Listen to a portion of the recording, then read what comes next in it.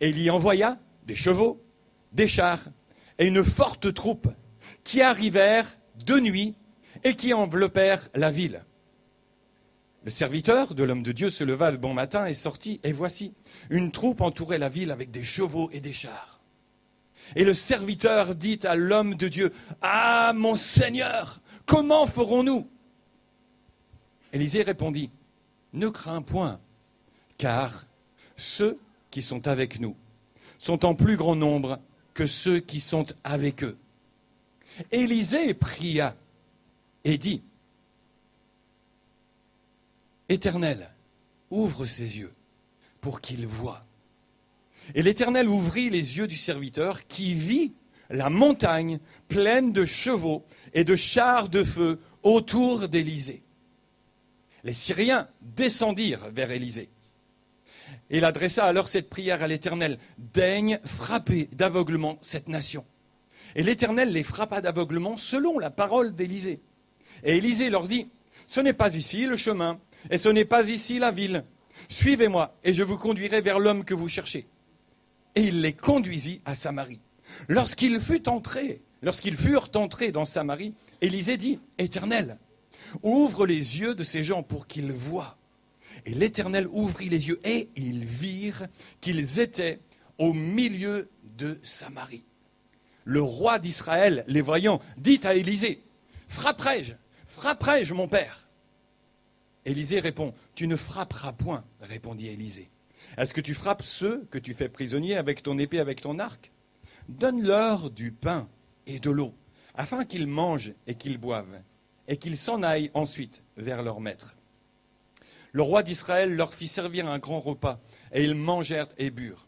Puis ils les renvoyèrent, et ils s'en allèrent vers leur maître. Et les troupes des Syriens ne revinrent plus sur le territoire d'Israël. Amen. On voit ici plusieurs intervenants. Il y a Dieu, il y a Élisée, il y a son serviteur, il y a son peuple et il y a les ennemis. Et on voit ici que le peuple d'Israël est dans une situation de conflit, de difficulté. Ils sont en guerre avec la Syrie, qui est un ennemi déclaré, et la Syrie en veut absolument au peuple d'Israël. Mais ils s'aperçoivent qu'il y a une force à l'intérieur du peuple, et qu'il y a un homme qui s'appelle Élisée, et que Élisée est dangereux. Pourquoi ? Parce qu'il permet de déjouer les attaques de l'ennemi. Il voit les choses. Et le roi de Syrie, alors qu'au début il en avait pour tout le peuple, qu'est-ce qu'il va faire? Il va se focaliser uniquement sur Élisée. Il dit, c'est lui la cause, c'est lui, il faut qu'on ait sa peau. En même temps, je dirais que c'est souvent ce que le diable veut faire aussi, avec chacun d'entre nous, parce que s'il n'arrive pas à avoir tout le monde dans son ensemble, il essaye d'avoir ou l'un ou l'autre. Et il t'en veut, et il m'en veut, et il nous en veut. Mais ceci nous appelle aussi, au même titre qu'Élisée, à être des hommes et des femmes ayant une sensibilité spirituelle pour comprendre et pour voir les choses. Éphésiens chapitre 6, verset 12 nous dit « Nous n'avons pas à lutter contre la chair et le sang, mais contre les dominations, contre les autorités, contre les princes de ce monde de ténèbres, contre les esprits méchants dans les lieux célestes. » Mon frère, ma sœur, tu as à te battre contre toutes sortes d'ennemis, des pensées négatives, les mensonges du diable, le découragement, le passé, les choix difficiles, les traits de caractère, etc., etc. Notre objectif ce matin est de comprendre ce qui se passe dans nos situations et quoi faire face à nos ennemis. C'est vrai, on ne peut pas nier les circonstances difficiles et intimidantes. On est obligé de constater les faits. Et là, Élisée et son serviteur voient les soldats. Ils voient les chars. Ils voient les chevaux. Vous vous êtes rendu compte que souvent, les difficultés que nous traversons nous arrivent par surprise. On ne voit pas toujours venir. Ça peut arriver de nuit, quand on ne s'y attend pas. Un mauvais résultat d'analyse, une mauvaise nouvelle dans notre société, des bruits de licenciement, des factures qu'on n'avait pas prévues, des conflits qui nous atteignent, des soucis avec les enfants ou des soucis avec les parents et dans toutes sortes de domaines, bref. Ça nous entoure de toutes parts. Et le serviteur dit, « Hé, mon Seigneur, que ferons-nous » Le serviteur, lui, il ne voit pas les choses. Mais ce qui est beau et ce qui est grand et ce qui est fort, c'est de voir Élisée. Élisée ne lui en veut pas. Mais il va prier pour lui, il va amener quelque chose. Vous savez, on le voit, et peut-être que si on avait été à sa place, on aurait peut-être été comme lui. Parce que des fois, la peur des choses nous amène à focaliser notre vision sur les choses visibles, sur le vécu d'aujourd'hui. Vous comme moi, on est là et on a à faire face aux difficultés qui sont là, qui sont présentes dans notre vie aujourd'hui. Et quelquefois, ça fait peur, ça nous paralyse, ça nous bloque, ça nous empêche de prendre les bonnes décisions, ça nous empêche d'être sereins. Mais ce n'est pas forcément toujours non plus la réalité. Parce qu'on peut se faire des films, on peut se faire des idées. Comment je vois? C'est ici la question. Parce que c'est ce que je pense. Et c'est ce que je vois dans mes pensées, de ce que je vais projeter. Tout compte fait, je vais me faire un film qui sera bien loin de la réalité. Et nous voyons ici que, dans ce texte, Dieu nous montre deux manières de voir les choses. Il y a une réalité visible, avec les yeux charnels, et il y a une réalité invisible, avec les yeux spirituels. Bien-aimés, pour croire l'impossible, il faut d'abord voir l'invisible. Pour croire l'impossible, il faut d'abord voir l'invisible. Parce que la parole de Dieu dit, si tu crois, tu verras. Je dirais, en face de tout ce que tu vis, ferme les yeux pour voir la réalité spirituelle. Ouvre les yeux de ton cœur. C'est ce qu'on a chanté. Ouvre les yeux. Vous êtes d'accord avec moi? Et c'est ce que Dieu dit dans ce que tu vis, ou dans ce que tu vas vivre, dans ce que tu seras amené. Le Seigneur te dit, ferme tes yeux sur les réalités, sur ce qui est en face de toi, mais ouvre les yeux de ton cœur. Le pire ennemi de la vision, c'est la vue. Comprenez ça? Le pire ennemi de la vision de Dieu, c'est la vue avec mes yeux, de ce que je vois, de comment je passe et de comment je vis les circonstances. Parce que souvent, je me laisse impacter plus parce que je vois que parce que je crois. Ce que je vois humainement parlant. Le serviteur ici, il voit les chevaux, il voit les chars, il voit tous les gars en armes et il se dit, c'est mort pour nous, ils vont nous faire la peau.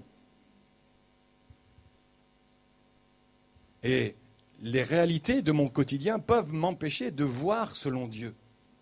Parce que, qu'est-ce que Dieu, il veut que je vois? Il veut que je vois les chars de feu. Il veut que je vois l'armée de l'Éternel. Il veut que je vois sa force. Il veut que je vois ceux et celles qu'il a mis autour de moi.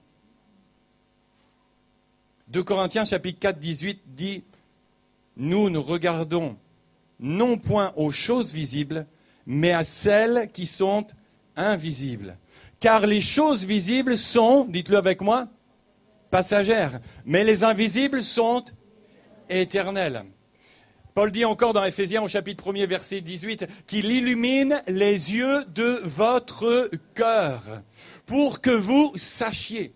Et mon frère, ma sœur, dans ce que tu vis et dans ce qui vient, Dieu ne veut pas que tu regardes avec tes yeux humains, mais il veut que tu regardes avec les yeux de ton cœur, afin que tu saches, tu vas avoir la vraie connaissance, tu vas avoir l'inspiration, tu vas avoir la volonté, le but de Dieu lorsque les yeux de ton cœur vont être connectés avec ceux de Dieu. Parce que Dieu va te le révéler. Vaincre la peur. Il y a une déclaration de foi ici. Et il y a aussi un ordre que Élisée dit à son serviteur. Qu'est-ce qu'il lui dit? Il lui dit, ne crains rien. Ne crains rien. N'aie pas peur. C'est rassurant quand même. Est-ce que ça vous est déjà arrivé d'avoir peur? Allez, ceux qui ont déjà eu peur, levez la main. Ok. Est-ce que ça vous est arrivé d'être avec quelqu'un et puis que la personne te dit « N'aie pas peur, t'inquiète, je connais, il n'y a pas de souci ». Ça vous est jamais arrivé?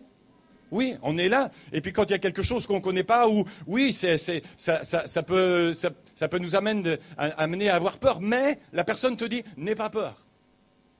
Je me souviens, on était dans un camp d'ados, et Marie-Jo, elle pourrait vous raconter ça, elle était avec une équipe de jeunes, et on faisait de la randonnée, et on dormait à la Belle Étoile. Donc, un soir, ils ont dormi sous les chênes, dans une belle forêt, etc. Et en plein milieu de la nuit, ils ont entendu du bruit, des pas qui s'approchaient. Et là, toutes les filles, parce que c'était un groupe de filles, et il y avait Marie-Jo, et il y avait un animateur qui était un gendarme, et il était là. Et forcément, Marie-Jo, elle était réveillée, elle entendait, puis elle ne savait pas trop quoi faire. Et donc l'animateur est à côté, il a dit « T'inquiète pas, Marie-Jo, j'ai entendu ». Et tout de suite, ça l'a rassurée. Donc au fur et à mesure que les pas se rapprochaient, à un moment donné, le gendarme s'est levé, il est monté, il est allé, et dans la pénombre, il a tapé dans les mains. Et c'était des sangliers qui venaient pour chercher à manger. Mais, dans l'intellect et dans la pensée, Marie-Jo, elle ne pensait pas aux sangliers. Elle avait déjà fait le film. Et quelquefois, c'est exactement pareil. Nous aussi, on entend des choses, on voit des choses qui se passent dans ta vie, dans ce qui arrive. Et puis, tu te fais un film. Et le Seigneur, il te dit, ne crains pas. Je suis là. Ce qui est important de noter, c'est le contraste entre le désespoir du serviteur et le calme d'Élisée. Pourquoi est-ce qu'Élisée avait autant d'assurance? Eh bien, pour deux choses. D'une part, parce qu'il croit à la toute-puissance de Dieu. Il sait que Dieu est en contrôle. Il sait que Dieu est omnipotent. Il sait que Dieu l'aime. Il sait aussi que la volonté de Dieu est là et qu'elle se manifeste pour lui, avec lui, dans sa vie. Mon frère, ma sœur, on l'a chanté. Dieu est un Dieu de miracles. Il tient ses promesses. Il ne t'abandonnera pas. Tu n'es pas seul. Et Élisée savait qu'il n'était pas seul. C'est vrai, ils étaient en infériorité, numériquement parlant. Ils étaient deux contre toute une armée. Et peut-être que si on avait été là, on n'aurait peut-être pas forcément été plus rassurés. Ou alors, en étant comme Élisée, des hommes et des femmes qui voient ce que Dieu fait. Si le serviteur d'Élisée avait été tout seul, sûrement que lui, il aurait levé le drapeau blanc en disant « Je me rends, c'est bon, vous êtes trop nombreux, je laisse tomber, je ne veux pas... » Est-ce que vous croyez que... Non, ce n'était pas ça qui était prévu. Élisée est là. Lui, il reconnaît que Dieu, et il réagit avec foi, il réagit. On peut paniquer, c'est vrai. Mais plus nous réaliserons que Dieu veut et que Dieu peut, plus nous serons victorieux et dans la sécurité. Non pas avec nos moyens, mais avec ses moyens. La police de New York était dans une des rues de la ville, et puis tout d'un coup, elle est attirée par une voiture qui est garée avec derrière un gars qui est assis avec un fusil pointé sur la vitre extérieure. Donc le policier qui voit ça appelle ses collègues, ils arrivent, ils entourent la voiture et ils font les sommations. Sortez! Le gars ne bouge pas. Il s'approche un peu plus. Sortez de la voiture! Le gars ne bouge pas. Et au fur et à mesure, en s'approchant, ils finissent par ouvrir la voiture. Ils ouvrent la voiture. Et qu'est-ce qu'ils voient? Un mannequin avec le fusil. Alors, ils attendent pour voir quand est-ce que le propriétaire va revenir. Et quand le propriétaire revient, ils disent « Mais monsieur, vous vous rendez compte? Qu'est-ce que vous avez fait? Regardez, pourquoi est-ce que vous avez mis un mannequin dans votre voiture avec un fusil ?» Il dit comme ça, je suis sûr de ne pas me la faire voler, et puis dans les carjacking, j'ai aucun problème. J'ai dit, je peux la laisser, même les portes ouvertes, il n'y a personne qui la touche. Il avait sa protection personnelle. Est-ce que nous, on a besoin d'un mannequin? On a le Dieu Tout-Puissant, qui veille sur toi, qui veille sur nous. tu aimes bien mieux que lui. Psaume 34, verset 7. L'ange de l'Éternel campe. Je parlais camping tout à l'heure, on est en vacances là. Tout le monde sait ce que ça veut dire. L'ange de l'Éternel campe autour de ceux qui le craignent et il les arrache au danger. Mon frère, ma sœur, je voudrais te dire, l'ange de l'Éternel campe autour de toi, autour de ton couple, autour de ta famille, parce que tu fais partie de ceux qui le craignent. Et qu'est-ce qu'il dit? Il les arrache au danger. Même si actuellement tu es dans une situation dangereuse, dis au Seigneur, je ne crains rien parce que tu es celui qui va m'arracher du danger. Pourquoi? Parce que c'est Dieu qui le dit. Deuxièmement, c'est parce que Élisée vit cette dimension du royaume de Dieu. Il a les yeux fixés en haut et non pas en bas. Il n'essaie pas de consoler son serviteur en lui disant « T'inquiète pas ». Non, c'est pas encore. Merci. Il ne fait pas de l'autosuggestion en disant « T'inquiète pas, c'est pas grave, t'inquiète pas, on est ensemble ». Non. Ce n'est pas la méthode Coué. Il déclare une réalité spirituelle de ce qu'il voit dans les lieux célestes. Invisible, humainement parlant. Et les ennemis ne le voyaient pas. Mais Élisée, lui, le voyait. Visible. Il n'est pas étranger. Bien-aimé, Dieu nous appelle à ne pas nous focaliser sur les choses visibles d'ici-bas, mais à rechercher, à voir spirituellement parlant.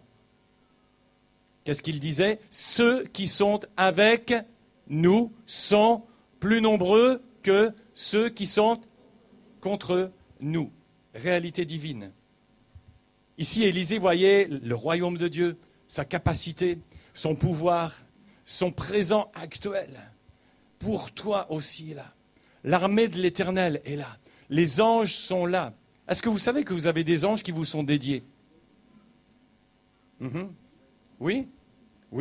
Dieu envoie. Vous avez des anges qui sont des gardes du corps, qui sont des gardes du cœur également. Et je suis sûr que vous ne le savez pas. Mais il y a des situations où les anges vous ont gardé et vous ont protégé. Personnellement, je l'ai vécu, je l'ai vu. Je n'ai pas vu l'ange, mais j'ai vu la main de Dieu. J'ai vu dans des choses, dans des accidents de voiture, dans des choses où j'aurais pu y passer. J'ai vu la main de Dieu. J'ai vu Dieu arrêter la voiture alors que j'avais le champignon à fond. Et ma voiture ralentir. Alors que j'étais sur l'autoroute à fond. Les anges ont arrêté ma voiture pour que j'échappe à l'accident. Dieu dit à son peuple, Exode 14, verset 13, ne craignez rien, restez en place et regardez la délivrance que l'Éternel va vous accorder en ce jour. Le Seigneur va le faire. Ouvre les yeux de mon cœur. La deuxième chose qu'on voit, et là on pourra le mettre, l'efficacité de la prière. On voit que Élisée était un homme qui priait. C'est une leçon pour nous. Pourquoi? Parce que mes frères et sœurs, Dieu nous appelle à passer du temps avec lui, à le chercher. C'est ce que faisait Élisée pour discerner les stratagèmes de l'ennemi.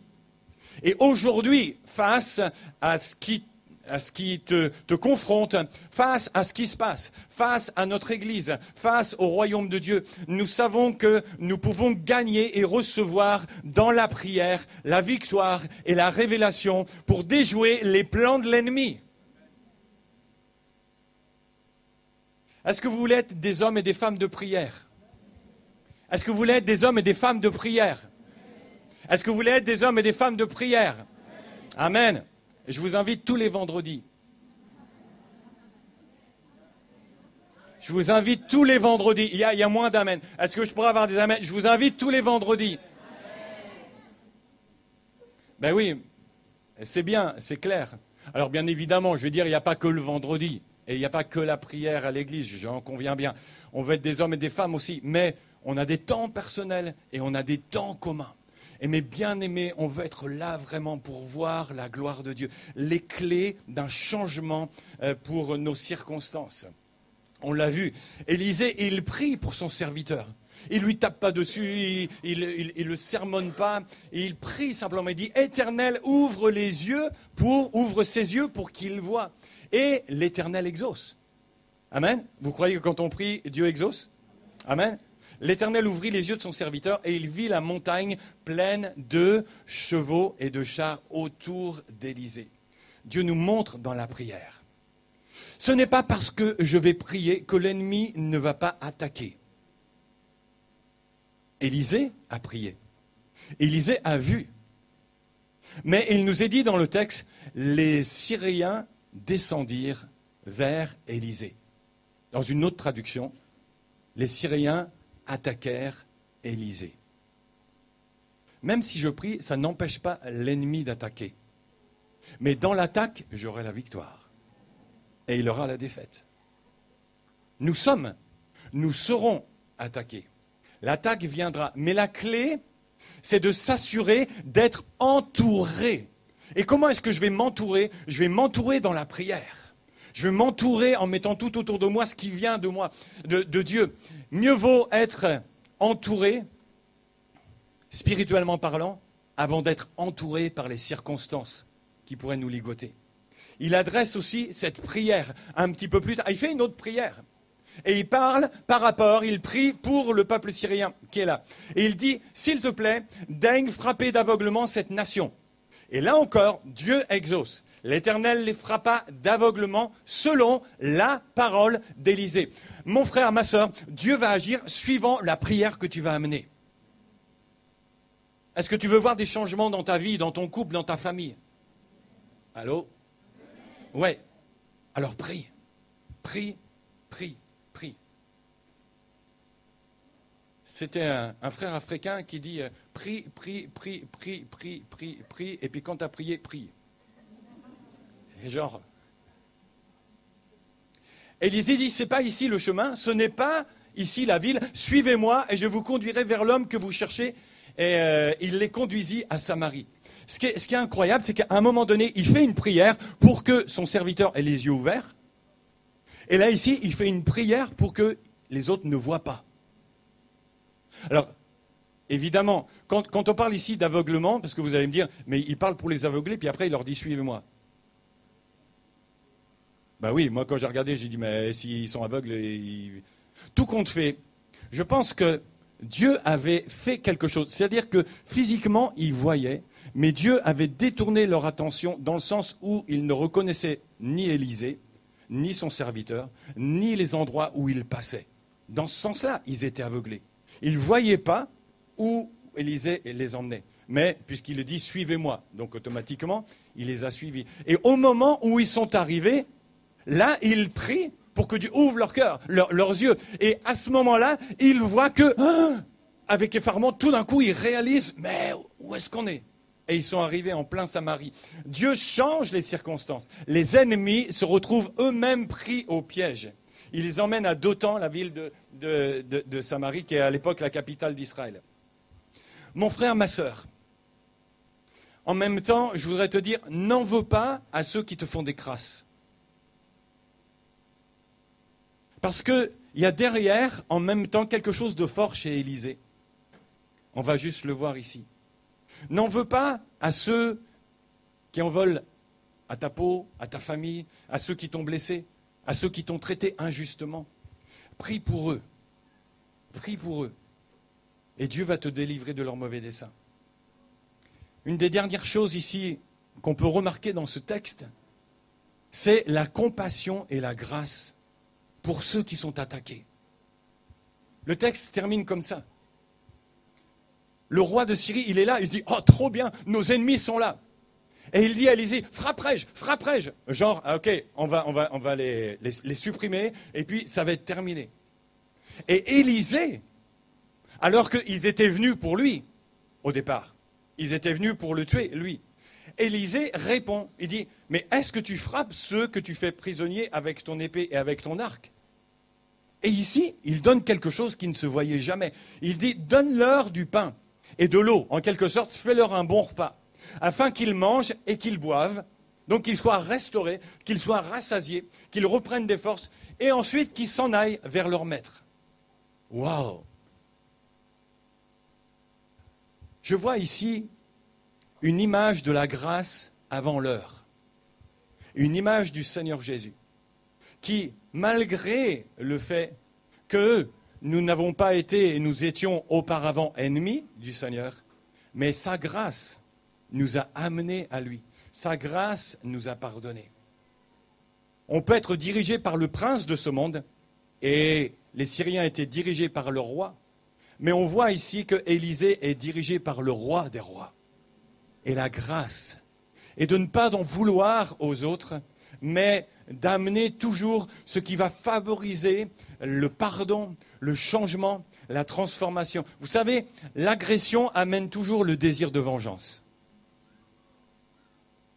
Et je suppose que si jamais ils avaient attaqué les Syriens et qu'ils les avaient tous passés au fil de l'épée, ceux-ci seraient revenus plus tard avec d'autres pour régler leur compte, pour se venger. On dirait, ils ont fait ça, on ne va pas rester comme ça, on va retourner et on va les avoir. Mais le fait de les avoir épargnés a produit un autre fait, c'est qu'ils ne sont jamais revenus.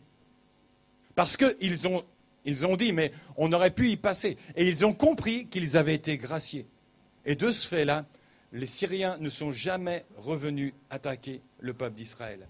Bien-aimés, Dieu nous appelle à aller chercher ce qui va apaiser dans nos circonstances, et non pas ce qui va attiser la colère, la frustration, la jalousie, la vengeance. Pourquoi est-ce que Dieu a exaucé Élisée? Parce que simplement, il le cherchait en tout temps et il avait ses yeux fixés sur lui. Alors ce matin, je voudrais t'inviter à déclarer par la foi sur ta vie, sur ta famille, sur tes circonstances, que Dieu est souverain, que Dieu est là, que Dieu est avec toi en toutes choses. Job 35, verset 14, dit ça, on peut l'afficher. Ta cause est devant lui, attends-le. Mon frère, ma sœur, ta cause est devant lui, attends-le. Avec Dieu, tu peux voir l'invisible. Tu peux entendre l'inaudible. Tu peux croire l'incroyable. Et tu peux penser l'impensable. Amen. Avec Dieu, tu peux voir l'invisible. Tu peux entendre l'inaudible. Tu peux croire l'incroyable. Et tu peux penser l'impensable. Pourquoi? Parce que Dieu ne s'arrête pas aux circonstances que tu traverses. Mais il s'en sert pour sa gloire et pour ta croissance, pour ton bien-être. N'oublie pas, ceux qui sont avec toi sont plus nombreux que ceux qui sont contre toi. Et le Seigneur te dit que toute chose concourt au bien de ceux qui l'aiment. Amen. Prions ensemble. Seigneur notre Père, quelle sécurité, quel bien-être, quel repos que de pouvoir venir devant toi, de ce que tu es le Dieu qui est au-dessus des circonstances que nous vivons actuellement. Tu es le Dieu qui est au-dessus de toutes nos impossibilités. Tu es le Dieu qui est au-dessus de toutes nos craintes, de tous nos doutes, de toutes nos incapacités, de toutes nos limites.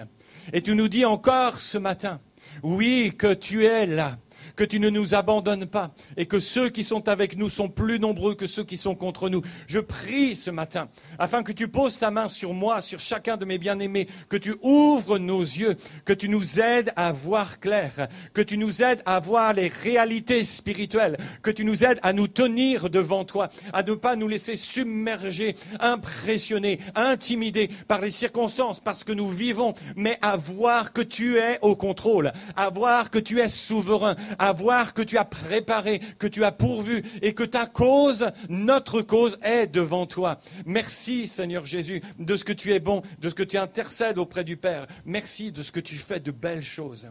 Mon frère, ma soeur, je voudrais t'inviter ce matin peut-être à te lever à ta place si tu vis une circonstance difficile, si tu as besoin là et de dire Seigneur, j'ai besoin de toi dans les circonstances qui sont là. On veut se tenir, on veut prier. La chose qu'a fait Élisée, il a prié pour son serviteur. Et on veut aussi prier ensemble ce matin pour dire Seigneur, on veut que tu nous renouvelles, on veut que tu nous changes, on veut que tu nous transformes, on veut voir les choses comme tu veux que les voir. Alors je t'invite simplement à te lever à ta place, puis on va va prier ensemble.